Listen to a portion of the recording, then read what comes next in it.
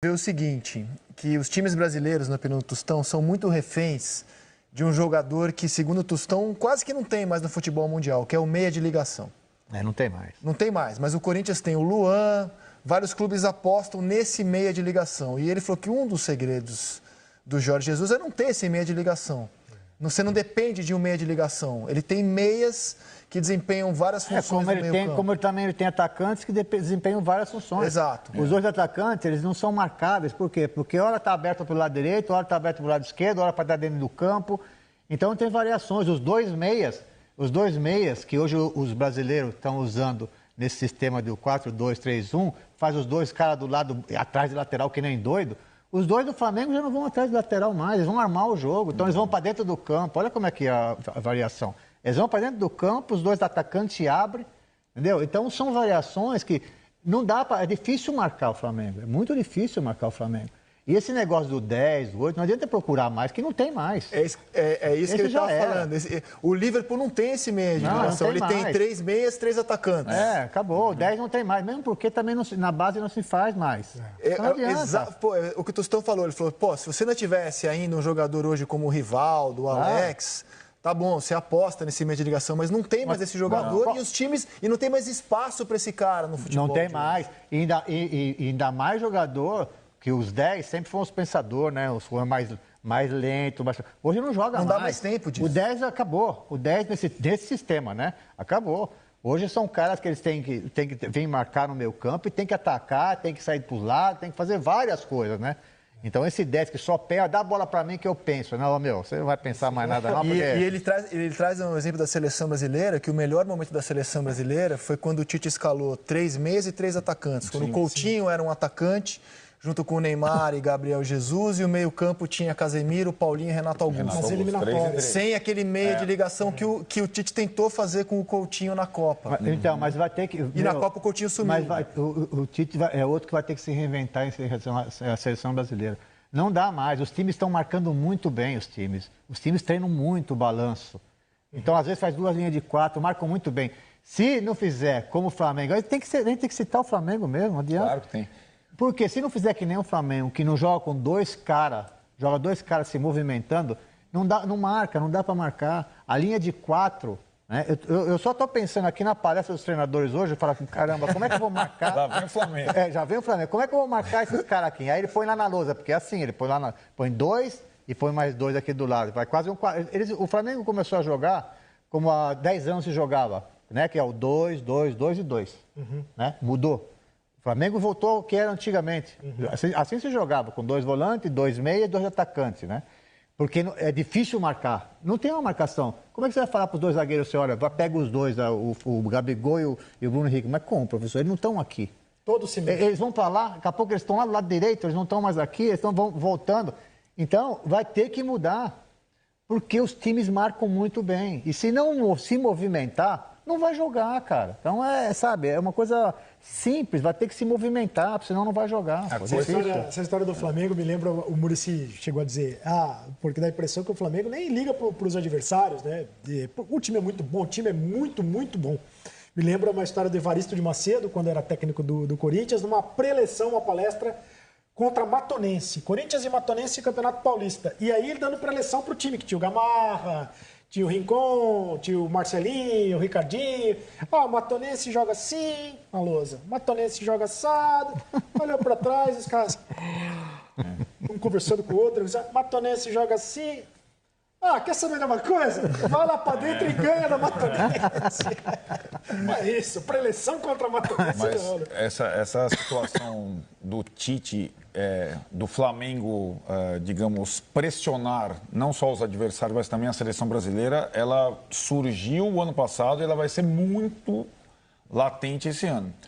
Porque, em tese, a seleção tem que jogar mais com o principal clube do seu país, mas não é o que está acontecendo.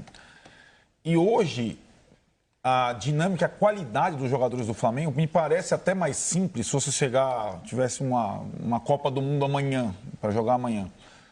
Encaixar o Neymar e o Casemiro com o restante da arquitetura do Flamengo do que você pensar numa outra situação. Como era antigamente, Santos e Botafogo, por exemplo? É quase isso, porque a coisa... fluidez é tanta nesse time do Flamengo, e são jogadores, eu acho que tem nível de seleção brasileira. O Gerson tem, o Bruno Henrique tem, o Gabigol tem. Isso é indiscutível. Hoje é mais simples a gente imaginar encaixar uns extra classe como o Neymar e também o Casemiro, que na minha opinião, um titular do Real Madrid indiscutível, tem que ter lugar na seleção, do que você remontar toda... E acho que isso vai ficar... A cada partida da seleção que o time não tiver no nível que o Flamengo apresenta, isso vai estar. Vai estar nas entrevistas do Tite. Você mesmo falava, Rizek, no final do ano passado, a primeira pergunta que eu faria numa coletiva da seleção brasileira hoje é por que seu time não joga como o Flamengo? E por que a seleção não joga como o Flamengo? Com todo o material humano brasileira que tem. não joga como o Flamengo. Acho que essa é a pauta do futebol brasileiro. Por que seu time não joga como o Flamengo? Então. E não é vergonha pra ninguém, né? Claro, não é. Sabe, é um fato, uma constatação. Fato, cara. Sabe, é isso que as pessoas têm que entender, que aqui não é que o português vem aqui, não sei o quê. É uma coisa que está acontecendo. Sim. E os clubes brasileiros têm que se mexer mesmo. Além dentro do campo, fora também. O Flamengo está dando show fora do campo também. Organização, tudo, e contratação, tudo. Então tem que ser exemplo. Não é para, não vou copiar. Tem que copiar sim, por que não?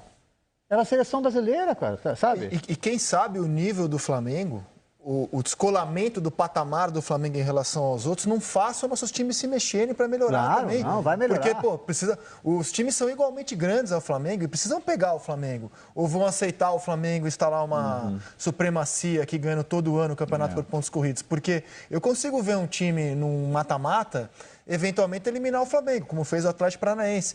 Arma um esquema, consegue num jogo infeliz do Flamengo, num jogo super feliz da sua equipe, tira o Flamengo de uma Copa. Mas nos pontos corridos, com esse elenco e essa qualidade de jogo do Flamengo... Pontos corridos ganha quem tem plantel, é bom muito time difícil. Tem que ter plantel. É muito difícil. E o Flamengo tem o melhor hoje. O melhor, não tem como discutir. O melhor, a melhor ideia de jogo. Vai ser difícil. Por isso que os caras vão ter que fazer, eles estudam, vão ter que estudar muito mais.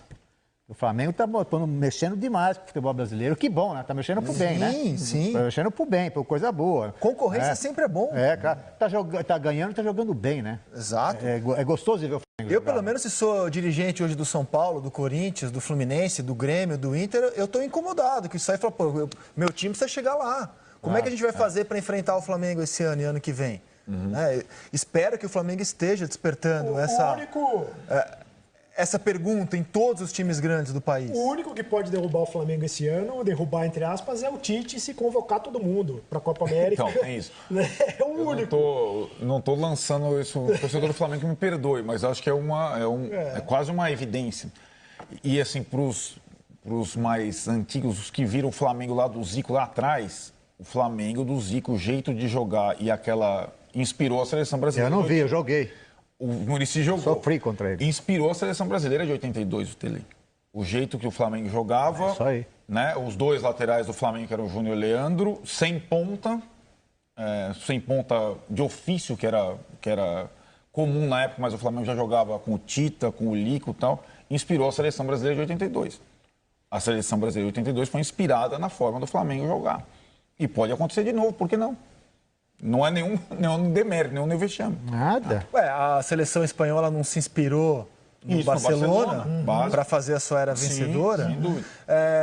Se você estuda a história do futebol brasileiro minimamente, é óbvio que esse Flamengo não é o melhor time da nossa história. A gente já teve o Santos do Pelé, o Botafogo do Garrincha, o São Paulo do Telê.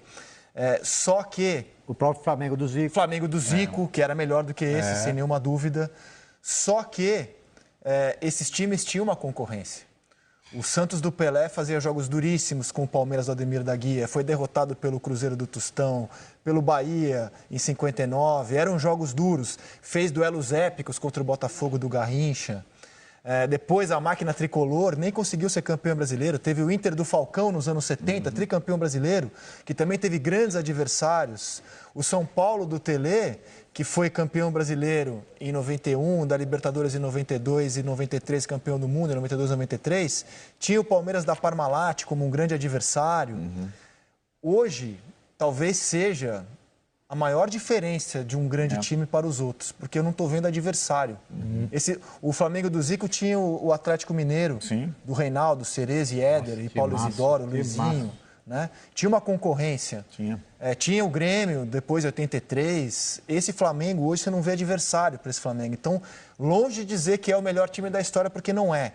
Mas talvez seja uma das maiores, se não a maior diferença que a gente já teve de um time para os demais, hein? Sim, eu concordo. Ou estou viajando? Está em outro patamar.